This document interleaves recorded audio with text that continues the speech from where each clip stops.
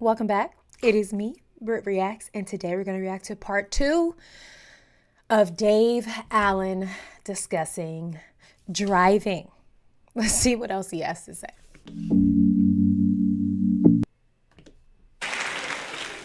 I'll tell you what, if you want to, the infallible way of finding the idiot, the one idiot in the whole of London, is ask for directions. What happens to people when you ask for directions? The brain drops down into their arse. Glitch. Totally intelligent, coherent people. You say, excuse me, could you tell me how I get... yes.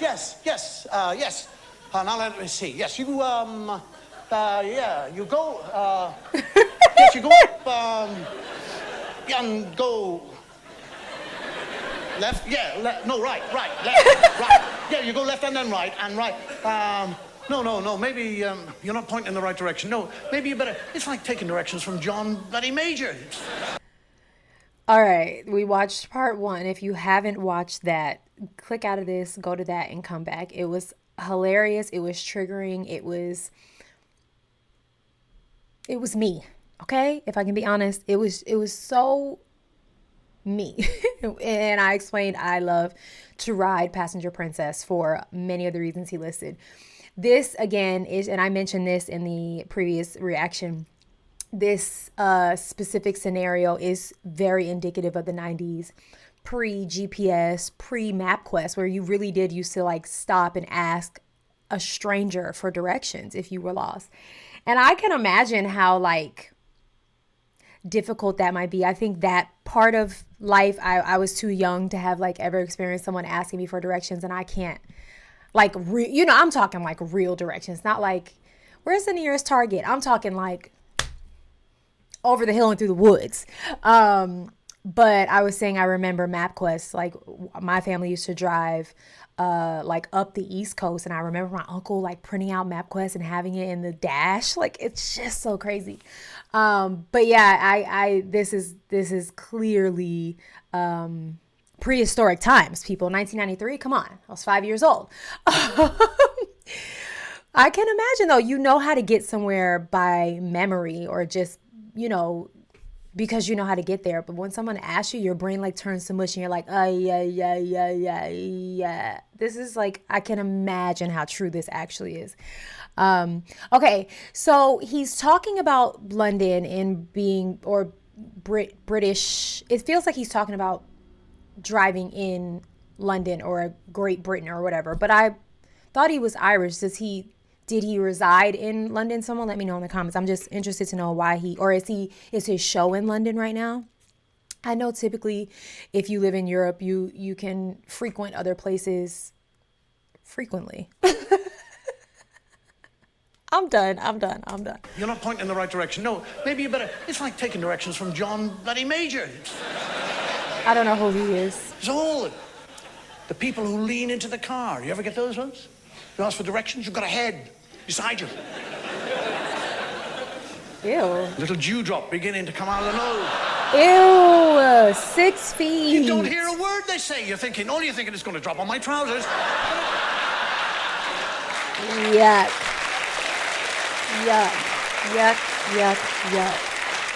You get one of those with bad breath. Yes, well, you go... That's when those automatic windows come into it.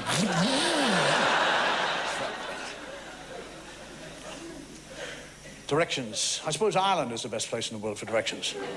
People will say to you, I wouldn't start from here if I were you. Ireland? Is that right? Because isn't he Irish? I wouldn't start from here. I was driving to Wicklow town. And outside Wicklow town, there's a kind of country road. And I came to a cross-section. And there was one signpost. And it had Wicklow on it. And the other way, Wicklow. And there was a fellow sitting there. And I said, does it make any difference? He said, not to me, it doesn't. Doesn't affect me at all. The classic on my way to Limerick. And I said to this fellow, I said, do you know where this place is? And he said, yes. Oh, God, yes. Now, go down the road, straight down the road, following roads. Keep going straight, and you'll see a turn on the right-hand side. I don't trust him. No, ignore that.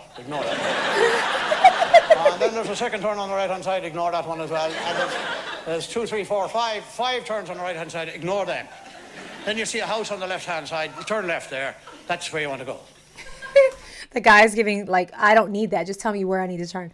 I love his demeanor when he is on the stage doing stand-up. I have reacted way more to, I think, some like his skits than I have his stand-up, but I love how casual, like, he's leaning on the mic stand and the mic is quite far from his mouth. It really feels like you're just like at a dinner party and you ran into him in the kitchen and he's just telling you a story. I love his demeanor and how casual it is. I think it lends to his storytelling and just his style of comedy. But yeah, it's something I noticed in the last reaction, but I think I forgot to say it. In this one, he feels like even more relaxed and like the mic stand is progressively getting lower. And I said, well, why did you tell me about all the right-hand turns? Why didn't you just say, take the first one on the left? And he says, who's giving these directions, me or you? Ooh. Clock it. Clock it. Yeah. Technical advancement in cars. Now, cars have changed. We have, I don't know whether they're increasing the performance of cars, but we have so much gadgetry in cars now. Gadgetry. Radios you used to have to fiddle with, didn't you? You have to kind of... Now you beep, you're there. But the CD, there's telephones. There's video now. They've got the video in cars now, which is all that communication between the family when you used to take your kids for a holiday. That's all gone now.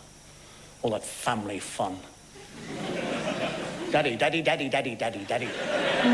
We're nearly there, Daddy. Where are we going, Daddy? How many miles, Daddy? How long are we going, Daddy? How long are we going to go, Daddy, Daddy, Daddy, Daddy? I want to do wee-wee, Daddy, Daddy, Daddy. I want to do wee-wee. I want to do jobby, Daddy, Daddy, Daddy, Daddy. Daddy, I did a jobby, jobby, jobby, jobby. A jobby? That vomit, the chain reaction vomit, Daddy, I don't feel...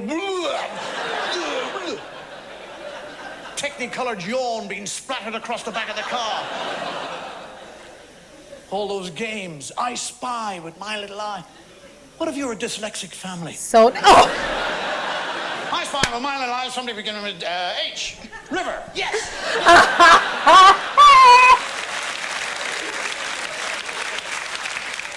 In America now, they have a car which has what they call a voice identification code. When you want to open your car, you speak to it. And that voice identification is registered. They had Teslas in 1993. What car was this, guys? What car was this? I did not know this. Again, I was super young, so who was I to know like how technically advanced cars were? I do remember, like I said, road trips. We used to pile up in the back of the car, and if you had to pee, if you were one of the boys, you had to pee. You would go to the back of the car and handle your business in a bottle. Okay, if you were a girl, you pulled over and you just do your business on the side of the road. These kids are so spoiled nowadays. My child wouldn't know what to do if she had to pee on the side of the road. She'd freak out. She'd be like, it's too loud. These new kids are so soft. But I'm so interested to know what car this was in America that he's talking about, because it's giving Tesla. I'm just saying. Want to open your car, you speak to it. And that voice identification is registered. So you walk up to your car and you have a code, whatever it is you want to say. You say, good morning, car, or how are you, or whatever it is. No way. In 93? What if you got a code? Pissing down with rain and you can't get into your car. It's like the Face ID. You've been to the dentist. You're done for breaking into your own car. I don't know, in America they have, and in a way it's very good, they have an alcohol detector. That if you have been drinking, you get into your car and you put your key in the ignition key, it won't turn. Wow, It just we need that. refuses to turn. How does it know? And if you continue to try and get it to turn, your car's computer will inform the police station's computer that there's a drunk trying to start the car. I don't know if this is real, but this is actually genius, and I think it could have been like really evolved and developed 30 years later. That would probably save so many lives. What? And this feels very possible. I'm just trying to figure out like how the car would know you'd been drinking. Like you were parked at the bar for more than 3 hours, you can't get in your car and drive.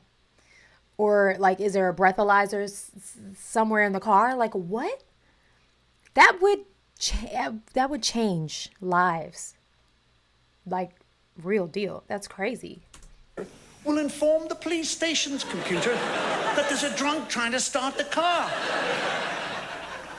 Your own car squeals on you, for Christ's sake. Right. You're like, I pay the car note, not you. Mercedes now have what they call, excuse me, I'm going to have a little sip of this. I've never heard anybody before they drink.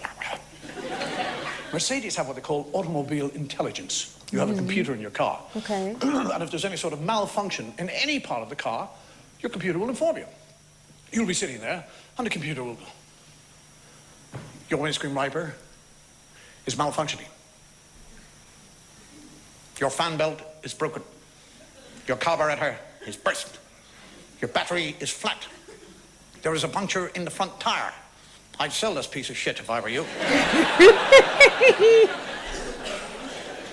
Truly. It's a lemon. Technology reminders. I mean, audio reminders. They're very difficult to deal with. Because they take on a personality. Cars begin to take on a personality.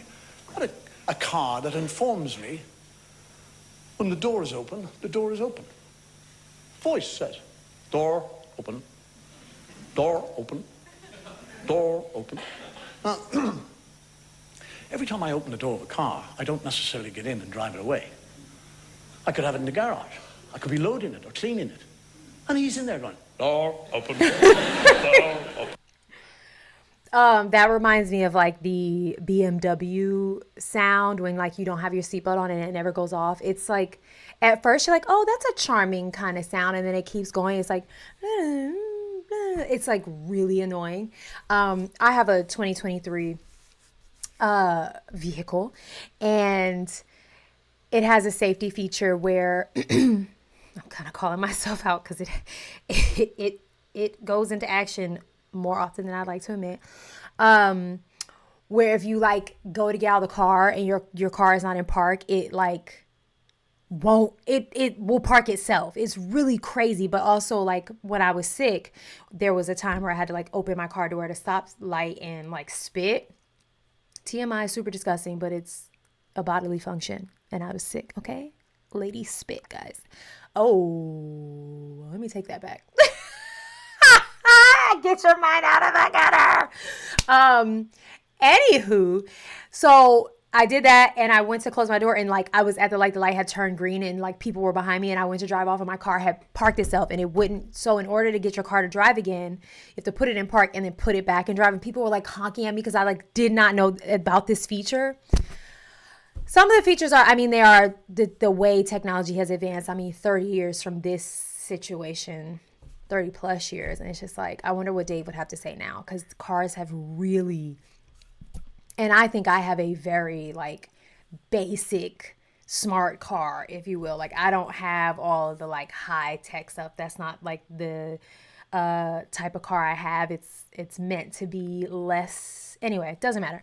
But it just it's so crazy to me. Like, or it's snowing a lot where I live, and so I will park right. We don't have a garage. We have a detached garage, and so we park, behind our house. But I'll park my car, unload the kids, unload anything I have by the door, so that they're like in a covered area and they go right in the house if it's like the weather is bad. And sometimes in a rush, I'll forget to put my car in park. I promise you. I'm in the driveway though, at least. And I'll like get back in the car, and I go to drive, and the car's like, you dummy, you need to put it in park and then put it back in drive. And I'm like, oh. If it does anything, it certainly is humbling. It's a humble reminder that you need to slow down a little bit. Reloading it or cleaning it. And he's in there going, door open. Door open. And I'm thinking, you silly bastard. Door open. You're saying goodbye to your wife and child. You got the door open. Door open. Door open. I know, for Christ's sake. I'm just saying goodbye to my wife and child. You mind? Door open. Safety belt. There's another one. That audio reminder. Safety belt. And he's not like, I've never heard them say words. This is a nasty little shit. Safety belt. Safety belt. safety belt. That's all it keeps going. Safety belt. What car was saying words? Just give me a nice ding of a reminder. It's my ambition to get into the car and get the belt on before we can say anything. Shut up. Well, no, I work out questions. I sit there, and I hold it up, and I say, what is this? Safety belt. Very good. It's the law that I must wear my safety belt. Right. I shall be fined £50 if I'm not wearing my safety belt. Well, door open. That would drive me nuts. Door closed. I'm sitting there one day in the door, and it says, boot open. Boot oh, open. the trunk boot. Boot, little bastard. Lets me get into the car, put my belt on. Close the door. Close the door. And then he tell tells me you. about the boot. Why in the name of Christ, when I was outside saying goodbye to the wife and... What did he say? Boot open. Do you know what I do now? I leave the window open. I don't open the door anymore. I climb in the window. No, you don't. I drive to Birmingham. The little bastard doesn't know we've been anywhere.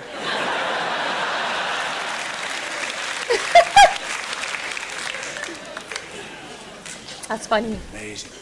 Voices. And nowadays they used to have in cars your gauge, petrol gauge, used to be very simple. It used to be E half F. What is it now? It's just it. You knew it. When it was E, it was empty. When it was at half, it was half full. And when it was F, it was full. You didn't need anything more. Now I have in my car a little symbol of a petrol pump. And when it's full, it's red, it glows. And as it goes lower, it sinks.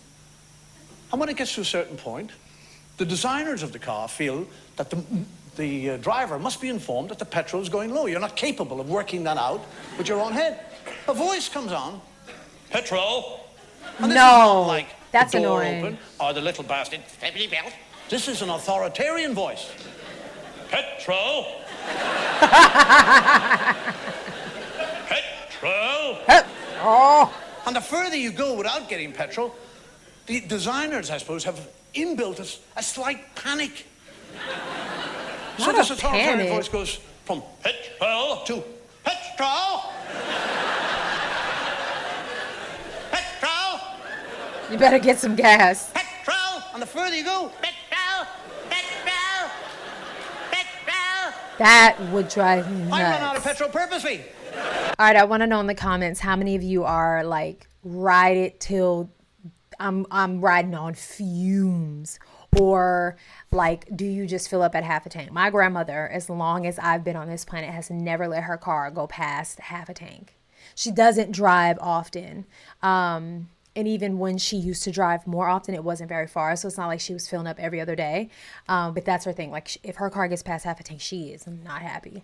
I am way too anxious of a human being to ever let my my fuel sign be on for like more than 5 miles. I'm like immediately taken to a gas station. The man I married will ride until the damn tank. What's the letter after E? Well, I guess it. Oh, I never thought about that. E is at the bottom, F is at the top, but F comes after E. So what would it be? D? He rides that thing to D for damn fill me up. Dude, fill me up. Dang, can you put some gas in me? Like my husband, and he like prides himself on it. He'll see how many trips to and from work he can get after that light turns on. And I don't play risky business is not for me, okay? I don't play those type of games. There are certain things I will push the limits on, and it is not my vehicle. And I just want to know how many of you, where are we at in the spectrum of gas anxieties? Are you like my grandmother? Are you like me? Or are you like my husband? Ready to risk it all. Petrol! I run out of petrol purposely. Just to shut it up. Walking on the road with a can in my hand, the car's going, I told you so, I told you so. That's funny. You can really give your car a nervous breakdown. Undo your safety belt, open the door, and run out of petrol. Petrol, safety belt, door open, door open. Don't forget the boot. Thank you very much for listening. It's been very kind of you. And take care. Drive carefully if you're driving tonight. And if you have a God, I hope that God will go with you. Good night. Thank you.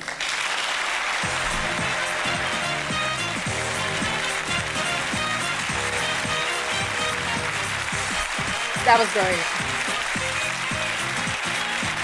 All right. That was great. I love the ending. It was so classy.